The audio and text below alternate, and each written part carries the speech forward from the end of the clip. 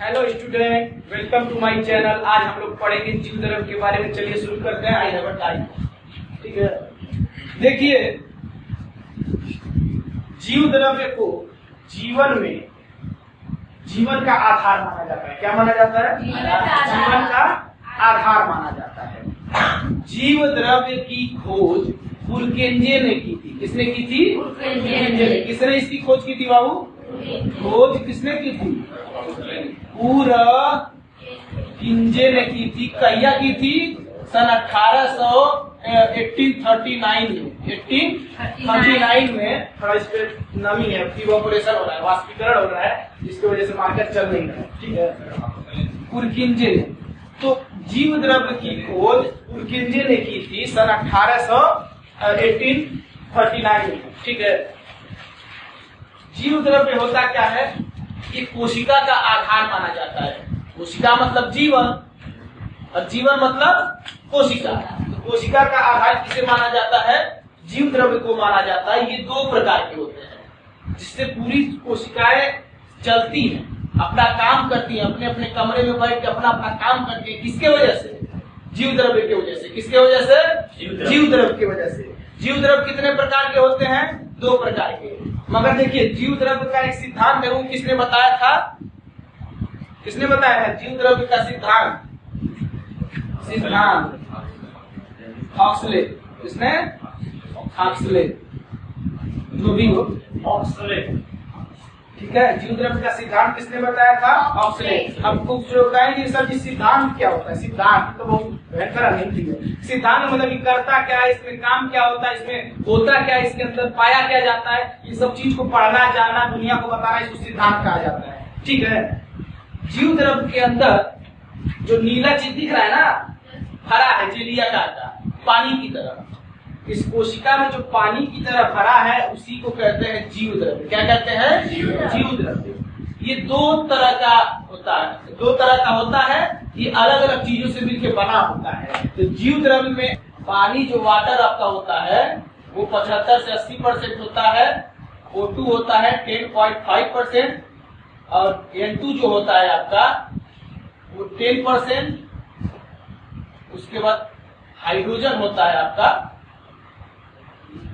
2.5%। अलग अलग रेशियो है। ठीक है, कोशिका के ऊपर होता है। कहने का मतलब, छोड़िए, कहने का मतलब इसमें 75 से 80% भाग पानी ही होता है। बाकी कुछ और ऑर्गेनिज्म होते हैं, ऑक्सीजन, नाइट्रोजन और हाइड्रोजन से मिलकर क्या बना होता है? ये पानी जो जेली आकार का है, नीला नीला नीला नीला, ये बना होता है। इसका मुख्य काम क्या होता है जानते हैं? ये काम ये करता है कि देखिए, कोशिका के अंदर एंडोप्लाज्मिक रेटिकुलम है, न्यूक्लियस है, लाइसोसोम है, गोल्जी बॉडी है, माइटोकॉन्ड्रिया है, वॉक्यूल्स है। तो ये देखिए, ये पानी इसलिए भरा रहता है कि सब आप लड़के टूट न जाए। लड़के मतलब, अब ये बताइए, इस पानी को हम लोग निकाल दिया जाए तो लड़के टूट नहीं जाएंगे सब? भाई, हम बाजार से जब पहले लपटेन जल लाते थे, जब शीशा टूट जाता था तो खरीद के लाते थे 10 रुपए का, 20 रुपए का, तो ऐसे लेके चले जाते थे। भाई, उसको बढ़िया से उसके अंदर क्या ठूसते थे? कागज में ठूस के रख देते थे कि लड़टेनवा चटक के टूटे ना, बचा के ले जाना है। कोई भी टूटने वाला सामान रहता है, हम लोग क्या करते थे कि तो फोम लगा देते हैं, कि तो कागज वगज भर देते हैं, कोई चीज टूटे ना। ठीक वही पैटर्न में काम करता है कि माइटोकॉन्ड्रिया गाल्जी बॉडी से न भड़ाक से लड़ जाए उसी में, और गाल्जी बॉडी न्यूक्लियस से न लड़ जाए भड़ाक से, और लाइसोसोम एंडोप्लाज्मिक रेटिकुलम से भड़ाक से लड़ उसी से बना आ जाए। सब अपने अपने जगह पे स्थिर रहेंगे, मतलब ये इससे टच नहीं होगा।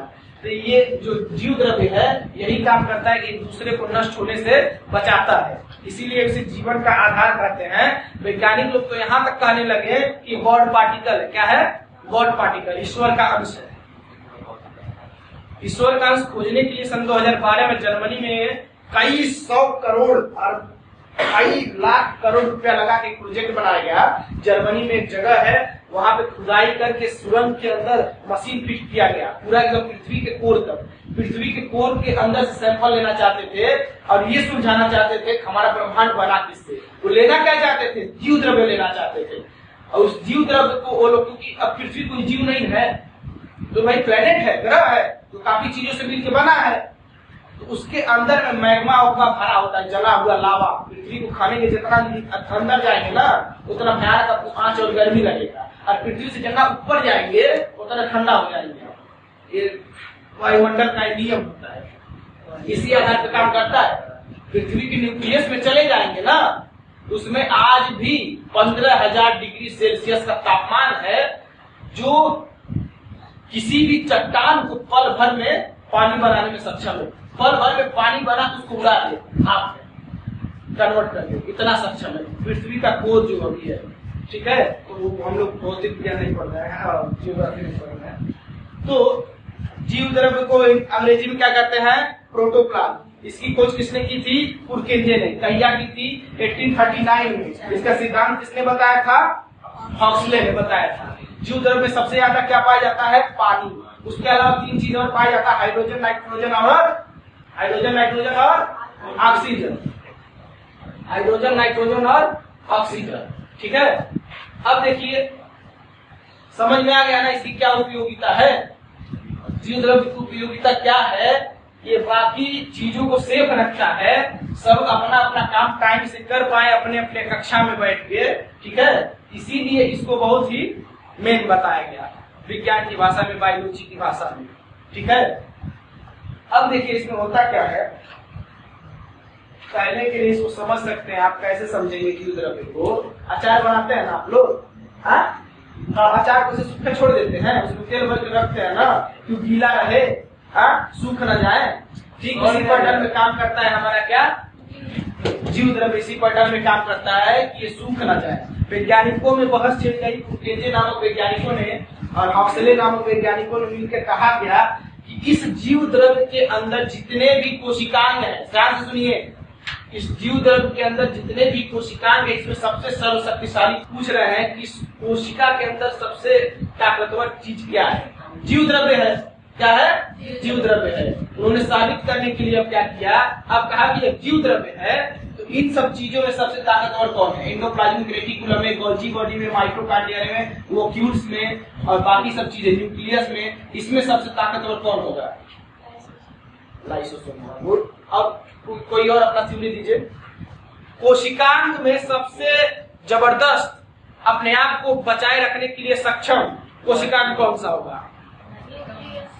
हाँ, कैसे होगा?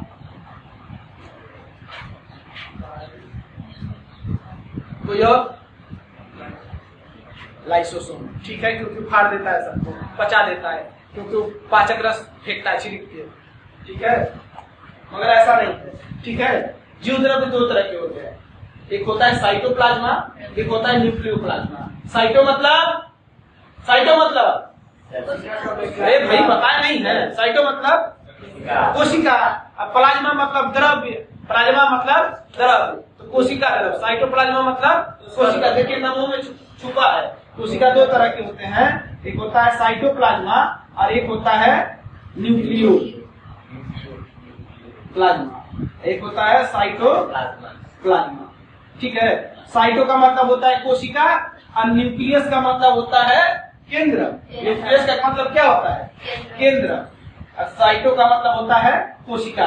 कहने का मतलब कोशिका के अंदर जो पनिया भरा है नीला नीला, इसको कहेंगे साइटोप्लाज्मा।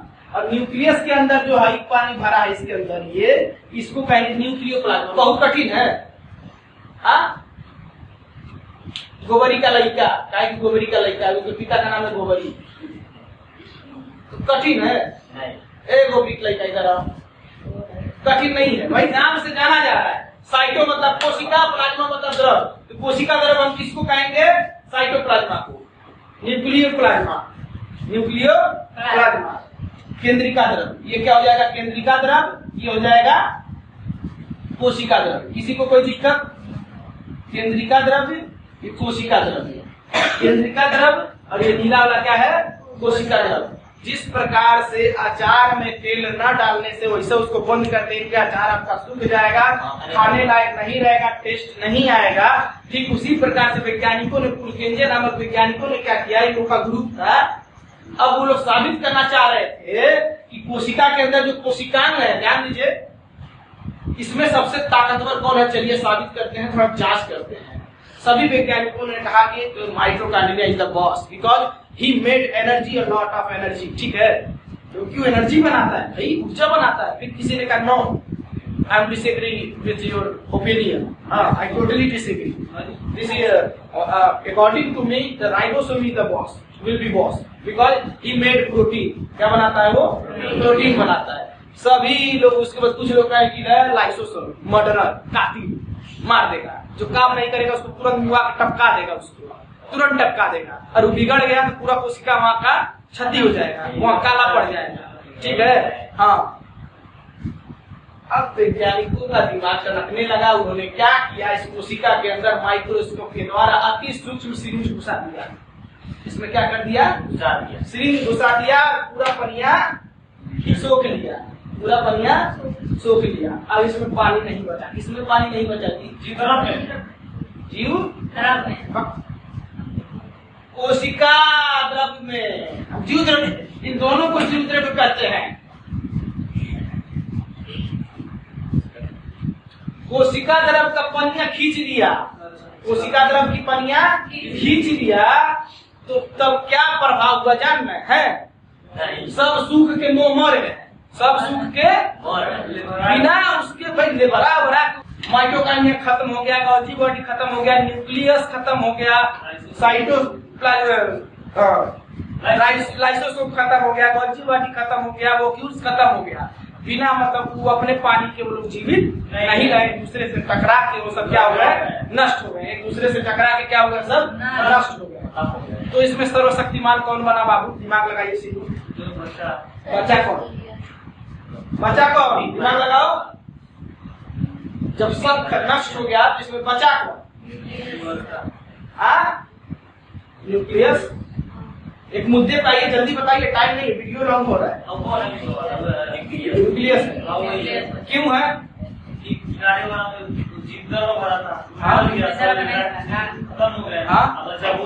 क्यों बीच में इसीलिए बच गया,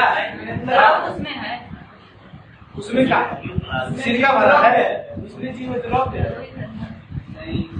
इसमें जीव द्रव है, इसमें क्या है, इसमें जीव द्रव्य है, इसमें क्या है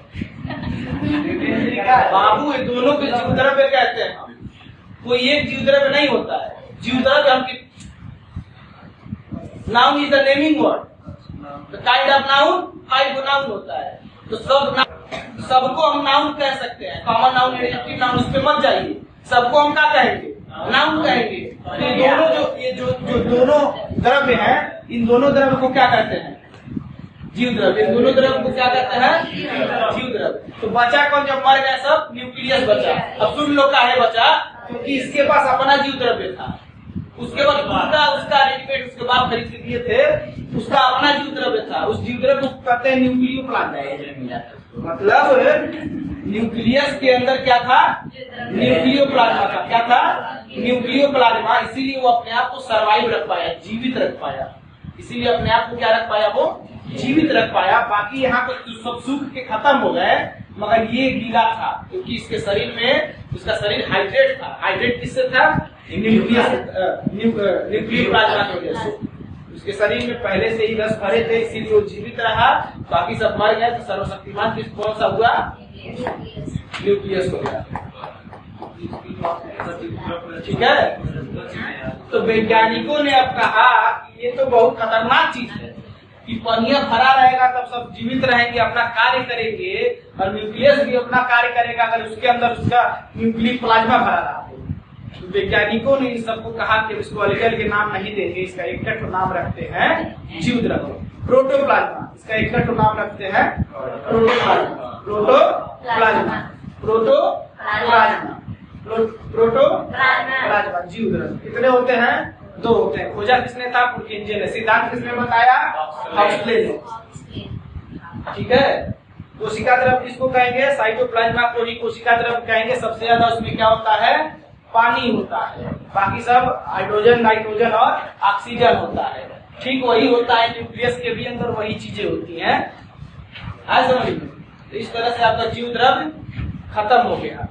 ठीक है, इसके बाद आपका चैप्टर आता है सीलिया और